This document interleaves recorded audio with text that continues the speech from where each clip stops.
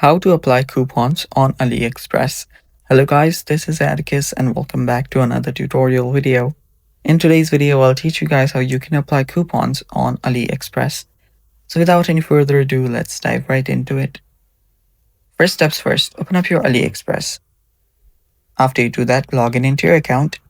And after you've logged in into your account, what you'll then need to do is you can then start adding stuff to your cart and then tap on checkout.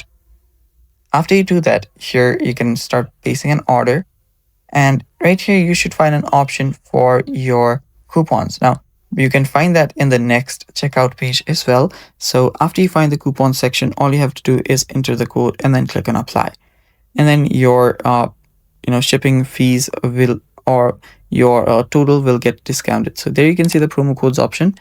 Tap on it and enter your code right here and then tap on apply. After you do that, the discount will be applied and then you can place the order. And that's how easy it is, guys. And that's all for today's video as well. Thanks for watching. Stay tuned for more upcoming videos and bye-bye.